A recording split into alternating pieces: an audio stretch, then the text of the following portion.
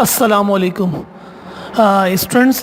Last time हमने जो studies की थी वो स्टडीज़ में हमने डिस्कस की थी कुछ बातें, जिसमें से सबसे पहले हम डिस्कस कर रहे थे स्ट्रेंथ ऑफ अ सॉल्यूशन।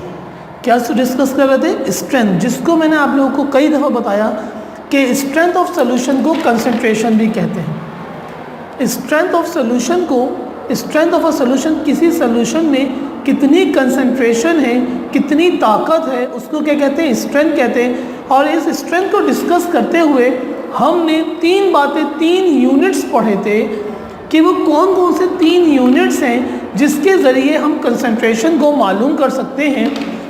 तो थोड़ा सा इसको डिस्कस कर लेते हैं। सबसे पहले अगर बात की जाए तो हमने मोलैरिटी के बारे में पढ़ा था।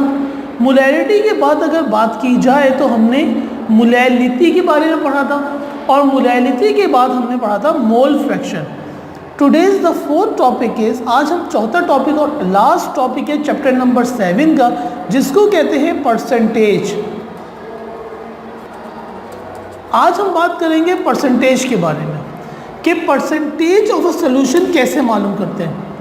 परसेंटेज समझाने से पहले मैं आपको परसेंटेज कॉमन लफ्ज़ में, जब हम नंबर्स की बात करते हैं, मिसाल के तौर पे आप लोगों के पेपर्स होते हैं, आप लोगों की परसेंटेज बनती है। तो परसेंटेज कैसे बनती है? इंग्लिश, मिसाल के तौर पे इंग्लिश का पेपर हुआ आपके 100 मार्क्स का, सही है। और उर्दू का पेपर हुआ आपके 50 मार्क्स का। और केमिस्ट्री का पेपर हुआ आपके 100 मार्क्स का। ये तीन पेपर आपने दिए, सही है। अगर ये आपको टोटल मार्क्स चाहिए, सही है, आपने क्या किया, इन सबका ग्रैंड टोटल कर। अच्छा चलें, इंग्लिश में आपके 100 में से 70 मार्क्स, उर्दू में 50 में से 45 मार्क्स, और केमिस्ट्री में से 100 में से 90 मार्क्स। फॉर एग्जांपल, अगर मैं पूछूं ये ऑब्टेन है जो आपने हासिल किए, ये क्या है? जितने में से हासिल किए, 100 में से 70, 50 में से 75 और 100 में से 90। अगर मैं आपसे पूछूं कि आपकी परसेंटेज कितनी बनी, तो आपके जहन में फ़ौरन आएगा कि मुझे परसेंटेज बतानी है। तो कैसे बताओगे? एक तो आप मल्टीप्लाई बाय 100 लाजमी करोगे। एक क्या करोगे आप? Multiply by 100। तो आपको पता है जब भी परसेंटेज आती है मल्टीप्लाई बाय 100 करते ही करते हैं। ऊपर आ जाते हैं ऑब्टेन मार्क्स, मतलब ये जितने भी हमने नंबर हासिल किए वो आ जाएंगे, और टोटल मार्क्स आते हैं नीचे। टोटल आते हैं नीचे और ऑब्टेन मार्क्स आते हैं ऊपर। तो मिसाल के तौर पे अगर मैं इनको टोटल कर दूं तो कितने बन जाते हैं बेटा? 70, 90 प्लस 70, 160, 160 और 40, 245। 245 ऊपर आ जाएगा, डिवाइडेड बाय ये कितने नंबर बन रहे हैं, इन सबको प्लस कर दिया, 100, 200, 250।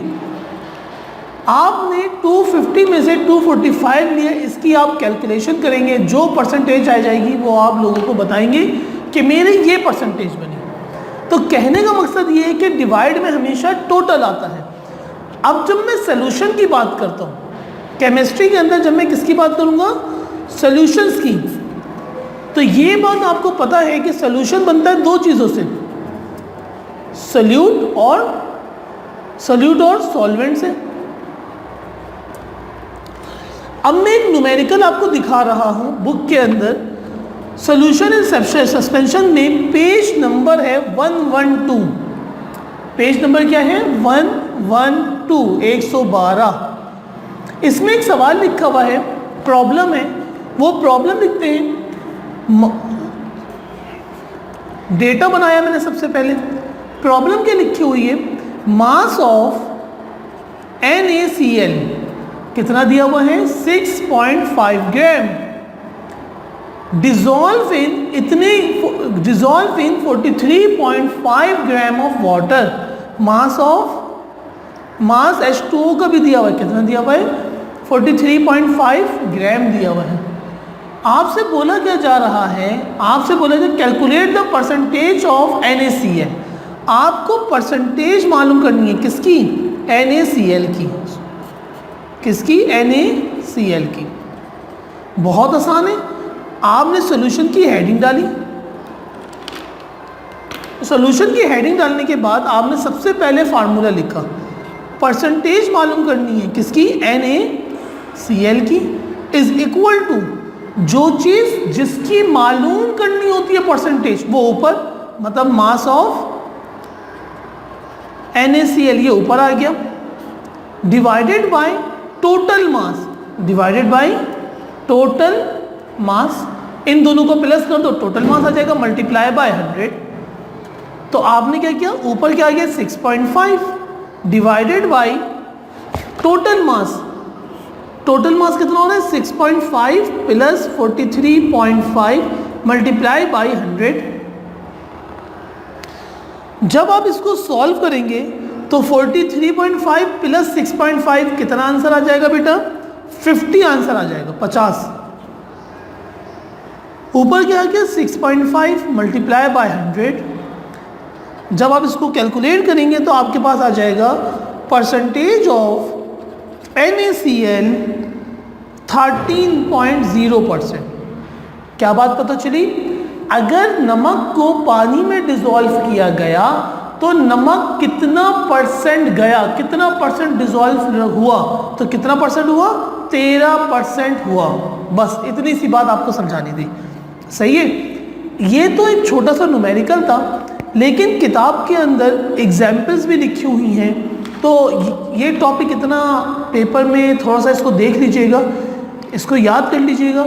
और न्यूमेरिकल्स की जो ऐसे छोटे छोटे से न्यूमेरिकल आते हैं, मुश्किल न्यूमेरिकल्स नहीं आते, और ये न्यूमेरिकल जो है अगर किसी को कोई प्रॉब्लम, अच्छा तो कुछ एग्जाम्पल्स लिखी हुई हैं, उन एग्जाम्पल्स को देख लेते हैं। ये डायरेक्ट है। टोटल 4 किस्म की रिलेशनशिप होती है परसेंटेज में। कितने किस्म की रिलेशनशिप होती है, 4 किस्म की। एक कहलाती है मास, एक कहलाती है मास वॉल्यूम, एक कहलाती है वॉल्यूम मास, एक कहलाती है वॉल्यूम। ये 4 रिलेशनशिप्स हैं जिसके अंदर हमें पता होना चाहिए कि परसेंटेज के सॉल्यूशंस कैसे बनाए जा सकते हैं। हमेशा याद रखो, टोटल परसेंट 100 होना चाहिए। टोटल कितना होना चाहिए, 100। जो सॉल्वेंट हो वो टोटल क्या होगा, हमेशा 100। मिसाल के तौर पे अगर मैंने आपसे कहा, मेरा क्वेश्चन है आपसे कि 5% सोल्यूशन बनाओ, 5% सोल्यूशन बनाओ NaCl का, और रिलेशनशिप कौन से इस्तेमाल करो, मास। रिलेशनशिप कौन से इस्तेमाल करनी है बेटा, मास। तो आप क्या करोगे, आप इसको सोल्यूशन बनाने के लिए 5 ग्राम NaCl लोगे, 5 ग्राम हमने वजन किया NaCl, और प्लस 95 ग्राम H2O का ले लिया, पानी में ले लिया, या सॉल्वेंट। ये सोल्यूट हो गया और ये क्या हो गया, सॉल्वेंट हो गया। अब टोटल देखो 95 प्लस 5 100, लेकिन कैसा है, पानी ग्राम में लिया है। पानी किस में लिया हमने, वजन करके लिया है, ग्राम से हिसाब से लिया हुआ है। दूसरी रिलेशनशिप, अगर आपसे ये कहा जाए 10% सोल्यूशन बनाओ, सही है, 10% सोल्यूशन बनाना है, मास और वॉल्यूम। रिलेशनशिप की है कौन सी, मास और वॉल्यूम। तो पहला वाला रिप्रेजेंट कर रहा है सोल्यूट को, तो मैं कह लूँगा 10 ग्राम। अगर मैंने सोल्यूट ले लिया, कोई भी हो सकता है, नमक हो सकता है, शक्कर हो सकती है, कोई भी नमक, जो भी NaCl की फॉर्म में या शुगर की फॉर्म में या ग्लूकोज की फॉर्म में, किसी भी फॉर्म में हो सकता है। 10 ग्राम मैंने क्या किया, मास बाय वॉल्यूम, सोल्यूट ले लिया, तो मैं सॉल्वेंट कितना लूँगा, 100 सेंटीमीटर। वॉल्यूम कितना होना चाहिए, इन 100 सेंटीमीटर क्यूब सॉल्वेंट होगा। अब मेरी बात ज़रा गौर से समझो, मैंने वॉल्यूम पिपेट आउट किया 100 ml। पिपेट आप लोगों ने देखी होंगी लैब्स के अंदर, या ये प्रैक्टिकल होगा तो आप इस्तेमाल करोगे पिपेट्स। मैंने 100 ml जो है वॉल्यूम लिया पिपेट से, पिपेट से पिपेट आउट किया 100 ml। अब मेरे पास टोटल वॉल्यूम कितना हो गया 100। अगर मैं इसके अंदर शुगर डिजोल्व भी कर दूंगा तो कोई शुगर डिजोल्व होकर पता थोड़ी नहीं चलेगी कहाँ पे गई। वो तो जितनी मैंने 10 ग्राम शुगर डाली सबकी सब क्या हो गई, ख़त्म हो गई। टोटल वॉल्यूम कितना रहा 100 ही रहा। सही है। आखिरी चीज़ है वॉल्यूम सॉरी मास वॉल्यूम। इसके अंदर भी वही है। अगर मुझसे कहा जाए 5% का सोल्यूशन बनाओ वॉल्यूम बाय मास, तो मैंने क्या करना है, वॉल्यूम का यूनिट क्या होता है सेंटीमीटर क्यूब। सोल्यूट ले लेना है और प्लस सॉल्वेंट कितना ले लेना है 100 ग्राम। सही है। मतलब जो पहली वाली चीज़ है उसको मैंने कितना लिया 5 सेंटीमीटर क्यूब, बिकॉज पहले वॉल्यूम था। फर्स्ट वाली चीज़ रिप्रेजेंट करती है सोल्यूट को, सेकंड वाली चीज़ रिप्रेजेंट करती है सॉल्वेंट को। आखिरी है वॉल्यूम। इसके अंदर लिखा हुआ है 15% वॉल्यूम बाय वॉल्यूम। तो मैंने क्या किया 15% बनाना है सोल्यूशन वॉल्यूम बाय वॉल्यूम। तो मैंने क्या किया बेटा 15 सेंटीमीटर क्यूब सोल्यूट ले लिया प्लस 85 सेंटीमीटर क्यूब सॉल्वेंट ले लिया। तो इस तरीके से कुछ सॉल्यूशंस बनने की मेजरमेंट्स लिखी हुई है। तो इसके ऊपर इतनी ज़्यादा तवज्जो देनी ज़रूर है, समझना ज़रूर है, लेकिन फाइनल पेपर के एग्ज़ाम से इसके ऊपर ज़्यादा तवज्जो नहीं रखनी। ये एक तरीके का था, किताब में लिखा हुआ था तो मैंने सोचा आप लोगों को बता दूं, लेकिन ये थोड़ी सी हाई लेवल की बात थी। मैं एक दफ़ा दोबारा से रिपीट कर देता हूँ। अब इसका ज़रा ओवरव्यू करते हैं इस पर्चे का। मास हो या वॉल्यूम जब सेम है, जब क्या बेटा सेम, ये क्या है मास और ये क्या है वॉल्यूम। याद करने के लिए बता रहा हूँ, ये दोनों सेम हो गए। जब वॉल्यूम हो या मास हो तो जितने ग्राम ले, एक पहला वाला जितना लेते हैं टोटल 100 करते हैं। अगर 5 था तो 5 को 100 करने के लिए 95 ग्राम लिया। अगर 15 था तो 100 में से 85 सेंटीमीटर क्यूब ये लिया। बस इस बात को याद रखो, जब सेम होते हैं तो दोनों को प्लस करके 100% बनना चाहिए बस। और जब डिफरेंट होते हैं मास वॉल्यूम मास, तो दोनों तरफ क्या आता है 100 ग्राम लिया इन 100, 5 लिया इन 100। बस इतनी सी बात आप लोगों ने याद करनी है। सोल्यूट और सॉल्वेंट के कॉम्बिनेशन से ये, और यहाँ पे ये हमारा चैप्टर ख़त्म हो रहा है।